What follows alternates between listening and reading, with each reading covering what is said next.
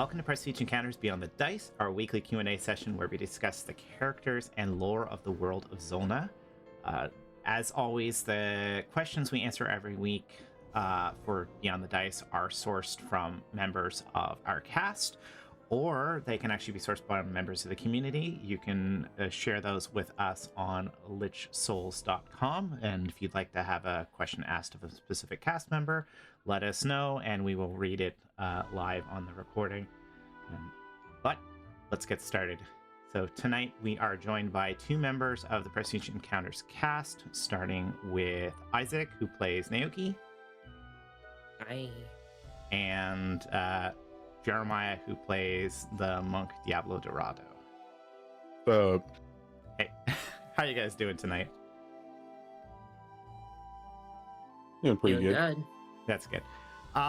So we had a really interesting session last week, and I think there's lots for us to talk about for sure. I mean, just kind of summarizing for anyone who's listening here, we did start with a really significant moment as we met a projection of Contras in the presence of what turned out to be his mortal mother, which is kind of a mind-blowing reveal. And we talked a bit about it, but how do you guys feel that opening bit went from there? I mean, we didn't really know what we were looking for when we were trying to find this Contras's weakness, right? Not really. We kind of just... We really didn't know. Yeah. Yeah, I feel like those grand statements in lore, whenever we get a message like, oh, this is a weakness, this is a solution, or something like that, it's always a lot more, there's a lot more layers to what that means. Yeah. Than we think. Like, Yes. of course, when somebody says, oh, consciousness weakness, you could think about it in two ways. You could think about it how I think most people would probably think about it, which is I guess kind of like a kryptonite, like like an item that you could use against Contras that would make him weaker. Yeah, like, easier to kill. Yeah, so it a little bit of kryptonite makes it so you can actually hurt Superman, but it doesn't mean you can actually win a fight against him. Yeah, but it makes but it's an item you can directly use, right? And then the weakness in the context that it actually turned out to be, which was something that would cause him to potentially act differently or pursue different routes to what he normally would, which is his mother. Yeah, and he was trying to give us deals for that. Yeah, and it turns out his mother, despite the fact that she loves her son, prepared a failsafe against her son. Of all the things, captured a memory from when he was mortal, which is, I mean, this reminds me a little bit of the Baldinea solution we had at the end of campaign 2, where like we thought that we had like something we can use to easily defeat her, but it ended up just being part of the bigger puzzle. Yeah. Crack the pearl, release the memory in Contras's presence, and he is still a god, but he's a god who can be killed. He's mortal again. Yeah. Which kind of was a good combination of one party member doing searching while the rest of us were assuming that the mother was, his connection to his mother was the weakness. And then obviously Naoki really helping to settle the actual, what we actually found. Right? Yep. Yeah, because wasn't it Sanasha that picked up the pearl? Emmeline. Oh, Emmeline did, yeah. Emmeline picked it up, and in classic Emmeline fashion, didn't tell the party that she had found it. True. Right. Well, that's because she was trying to find her own solution, which led to kind of our next thing. We had a little bit of a mini Zolna version of the pit last week. We did, yeah, with Yeah. the hospital. Yeah. Uh, and I mean, that scene was interesting in and of itself, but I think the more consequential was, uh, you know, our party kind of sat by the sideline while Emmeline did something kind of brutal. Yeah, I mean, there was a lot of brutal things that happened last session. Yeah. We'll get That we'll being get to one of them. the really the ending brutality later. But you know, my impression, I didn't really describe it as Sinasha was there but wasn't watching. Yeah. You know, she can cut somebody to pieces with her axe, but it doesn't mean she's gonna watch somebody get a tracheotomy for fun. Uh, and it's, you know, in a moment like that, what kind of, you know, justification does someone like Diablo and Naoki have to let Emmeline do something like that? I mean, did it only work because we knew Percy and Naoki were there who could heal this guy? I think that's probably the case. Yeah, it's just Yeah. that, hey, if there is the chance that this messes up, we have ways to fix it. Yeah. You know, and Yeah. Emmeline was very certain that this would lead to some discovery that would have helped, but Yeah. you know, and not everything is a solid path. Yeah. And I guess, you know, it was the lack of understanding of an ancient experiment committed by a nation that's kind of brutal against celestials. So something you can do against a normal mortal may not be something. Sorry, against a celestial may not be something that would be successful against a mortal. Yeah. I mean, Naoki does seem to be willing to let Emmeline do what she wants if he thinks she's gonna help the party, right? That's what he was like. He was kind of like, I'll trust the process and see what she does. And then she started cutting into someone. I'm like, oh, Yeah. So we've learned one of the things that we will let her do is to do a live experiment under controlled circumstances. Oh my.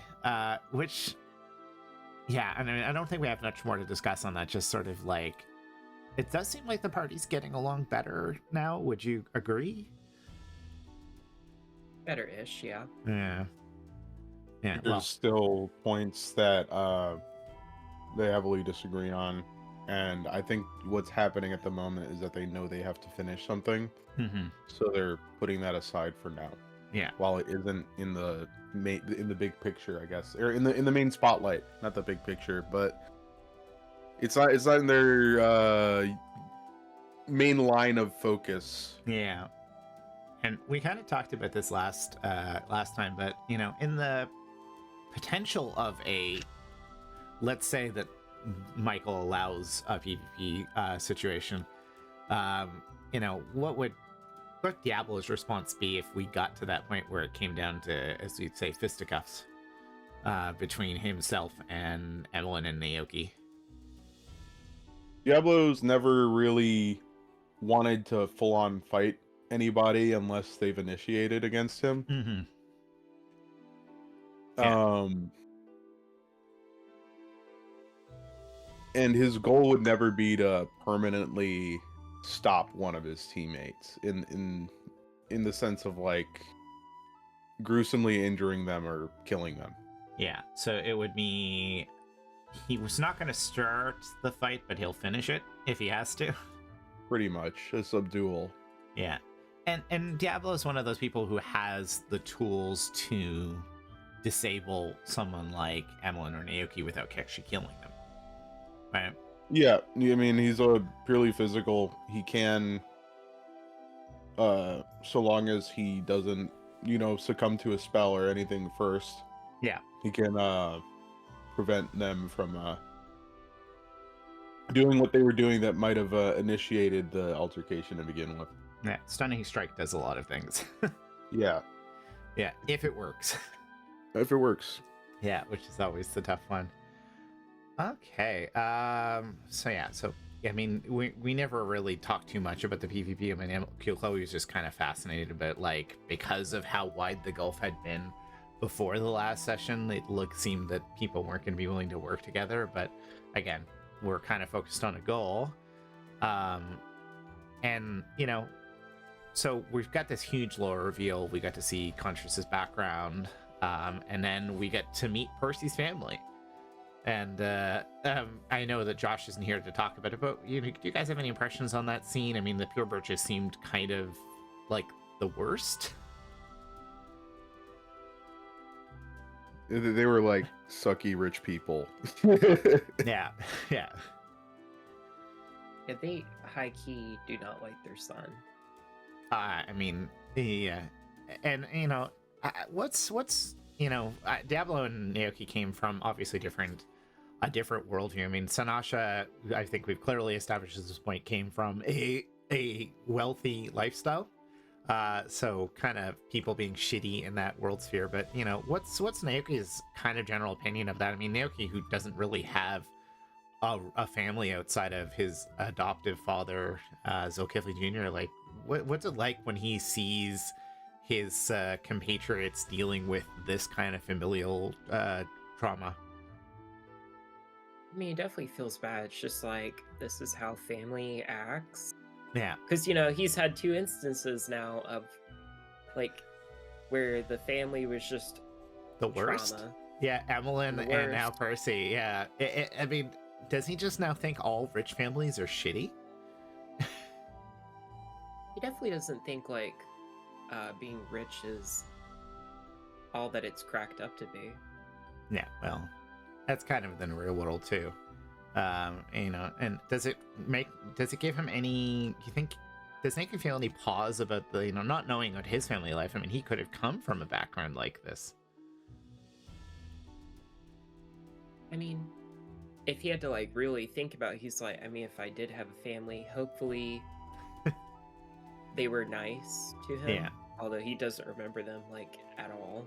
No. Yeah, he has found family. And, we're kind of dealing with that situation of, for anyone who didn't catch the session, please watch it, because it'll give you a lot more context. There's a lot of really interesting things. But, the father who sees Percy as having abandoned the family and his siblings having been raised to despise and hate Percy, and the mother doing the classic I'll support my husband because I'm afraid to turn against him, but seems to be the only one who actually has any fondness still for her son. And knowing that Percy didn't really get raised by his family. I mean, he was more connected to his nanny than he was actually to his parents in a lot of ways. Right. I mean, I guess Diablo's perspective on the whole situation. Diablo's, I guess, relationship with family is very different because his family was very limited in the sense of his father figure was somebody who was more like just like a family friend. Yeah. Or a friend to his mother, and then his mother was somebody who literally put her life on the line multiple times. Yeah. Just to make sure that he could have a life that wasn't in some sort of captivity. Yeah, so Mama's a bit of a hero. Yeah, and a level, there's like a level of just confusion, basically, whenever something, I mean, because this is Diablo's first interaction with this, because Diablo wasn't alive during Emmeline's thing with her family. And Diablo sees these people being petty about their son who left a long time ago. Yeah. And he just sees no point in it. He's just like, these people brought him there to, like, they hear that their family members back in town, their brother, their son, whatever. Yeah. And their first thought is, we should bring him over to drag him through the dirt and basically talk shit in front of his face. Give everyone nameplates, but put Percy's as guest, and clearly talk down to, like, does adventuring life pay well? Diablo finds it so annoying and confusing that there's a man who values his family name that much more than he does his actual family.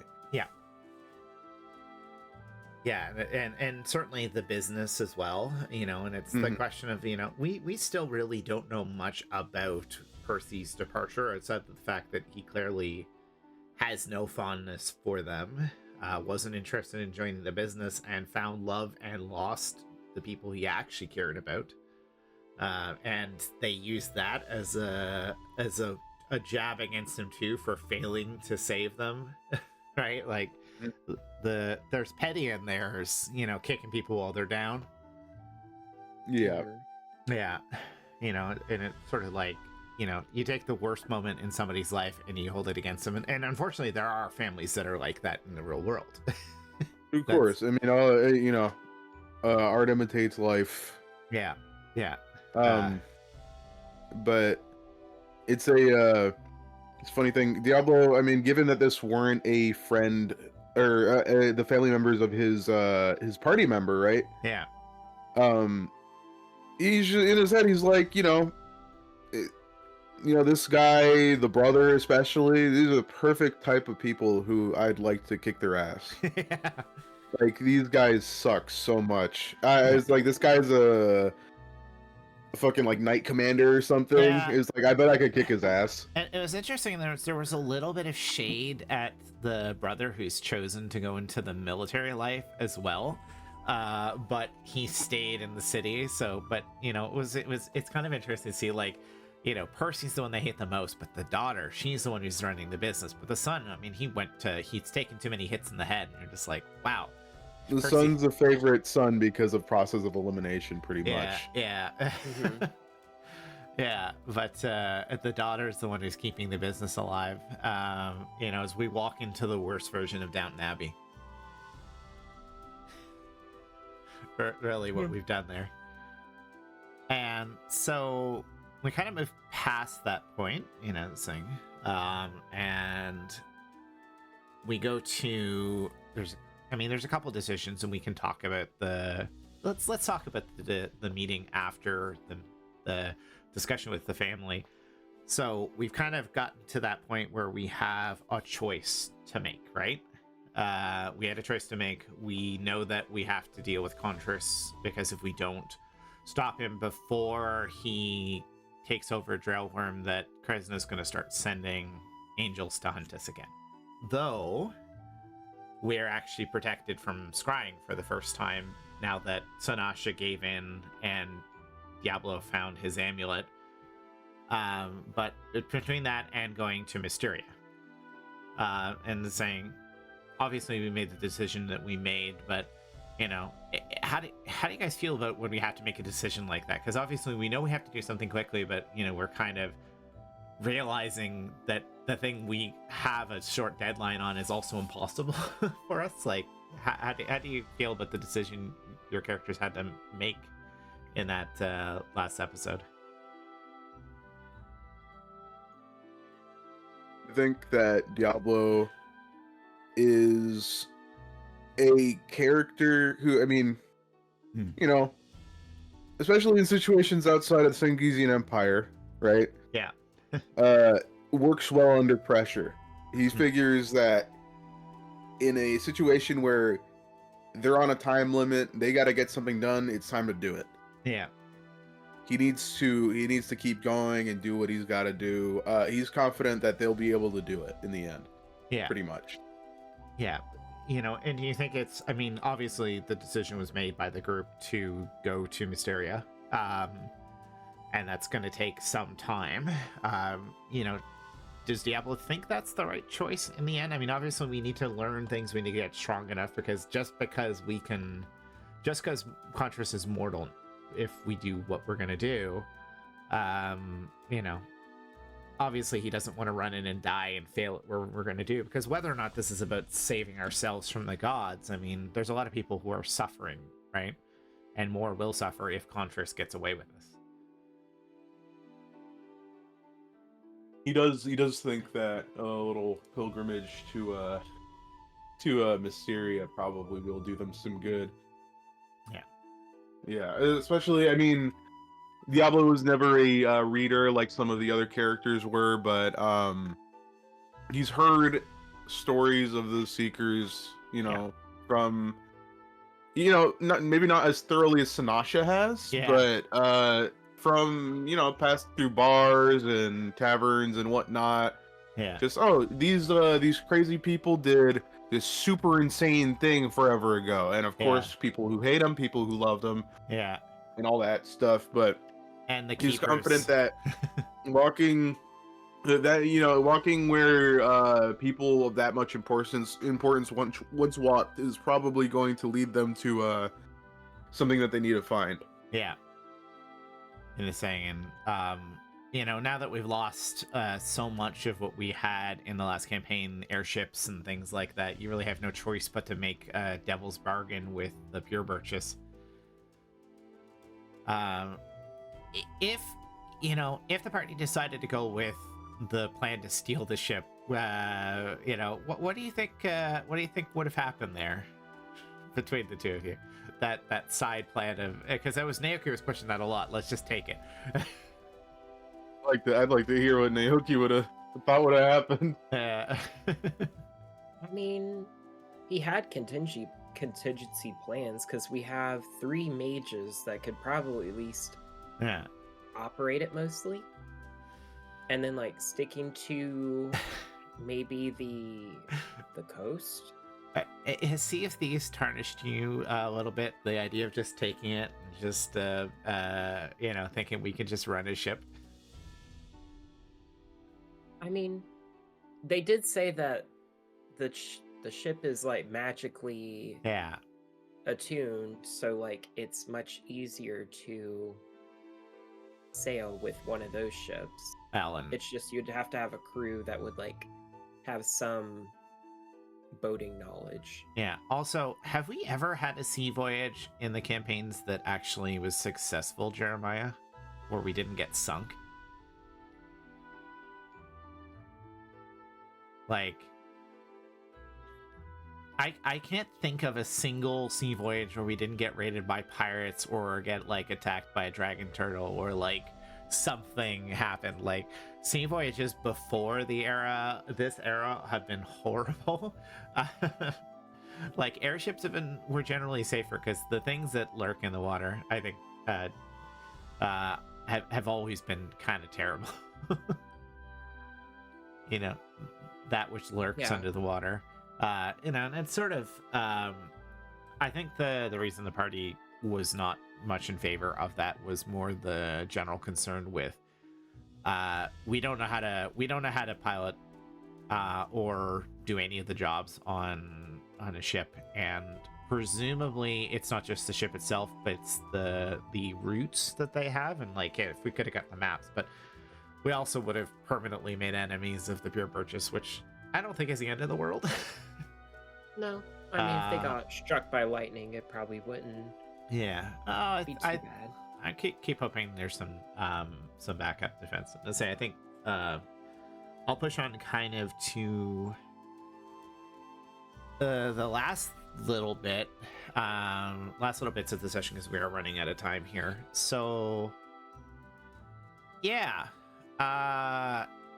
Naoki, we had a really good stealth mission at the end of the session, which went super well. And no one was hurt. Well, as I say, let's be honest. So, the end of the session, we were planning on getting the answer on, on Conscious's weakness. We knew we had 1 day left. We purchased passage to get to Mysteria from the Pure Birches, and we went back to Conscious's home to try and figure it out so Naoki could cast the dream spell, the dream went awesome, right? Like, that was great. Like, have you ever felt like your one of your natural class abilities have ever been like so specifically useful? Mainly just the healing one and the tiny hole. Yeah. But that was like Naoki became a key critical element to figuring out a puzzle, right? Which is perfect. But getting there wasn't super great. No. So can you talk a little about what happened there? So we made a little bit of noise. We had literally the worst stealth checks I've ever seen. Like averages of like 6, 7, 8 with natural ones every time we did a group stealth check, and the butler came out. What happened there?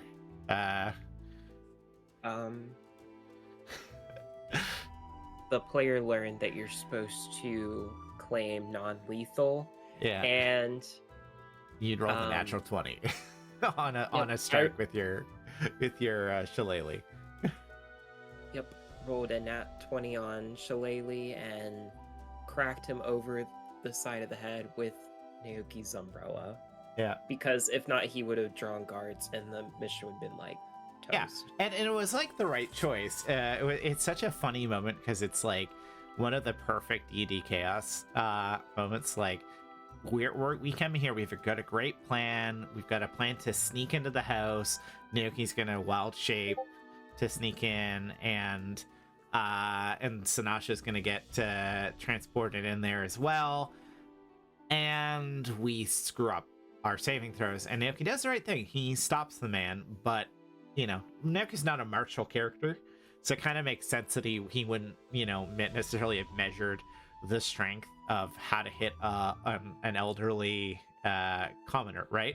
Like, it's not like something you have to feel particularly bad about. But it did lead to the death and such resurrection and then manipulation of that character.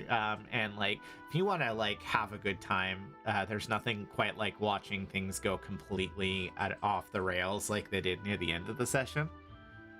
Yeah. And it was our only combat. Yeah. Yeah, Naoki has never been in a situation where he needed to subdue a commoner. I don't think so. No, yeah. So I think that him, you know, when he makes the choice to swing, doesn't know his own strength, especially with how powerful we are now. Yeah. It's like it's never happened in the campaign, and if it's happened outside of the campaign, then it was when Naoki was a lot weaker. Yeah. And it's not even like, it's funny because it's like the dice and you not knowing was perfect. Mm-hmm. Right, like that scene could not have better described a druid from the Grove coming out into the world and in a moment of panic because we've screwed up, silencing this old man by bonking him on the head with your umbrella, and yeah, cracking him open like an egg, I guess. Like a coconut. Yeah, like a coconut. And those are the fun things that kind of happen from there. Would you do something differently knowing what you know now? I would have either claimed non-lethal or maybe just like did like a polymorph. A polymorph, confusion spell. I don't know. There are a whole bunch of fun spells you guys can use for sure. Silence, which we know Emmeline can cast, things like that. But those are the lessons we learn, and that's why we do this. We're actually out of time, guys, if you can believe that. So thank you both for joining me and talking about this really interesting session as we prepare to set off onto the seas in this upcoming episode of Prestige Encounters. But I want to thank you both for joining me and anyone who's listening to this week's Prestige Encounters Beyond the Dice. Just a reminder, we do hold this Q&A every week before the Prestige Encounter session at 7 p.m. Eastern Time on Ledge Souls Gaming. Again, we welcome any of you to submit questions to the Prestige Encounter section of LedgeSouls.com. Please, you watch the session, you want to know something specific. We do have some older videos of Prestige Encounters Beyond the Dice. The earlier ones, we did talk a lot more about the specific lore of the characters. If you want to know, like, the motivations behind how Diablo came to be, and you know, Naoki and Emmeline, you can listen to those. But we don't mind answering the questions again. So if you haven't had a chance to watch all of them, you want to ask a question about something you're curious about one of the characters, please provide them to us, and we will read them, and you'll be able to hear your question right on the recording. But that's where we close this chapter of Prestige Encounters. It's time to roll the dice. Bye.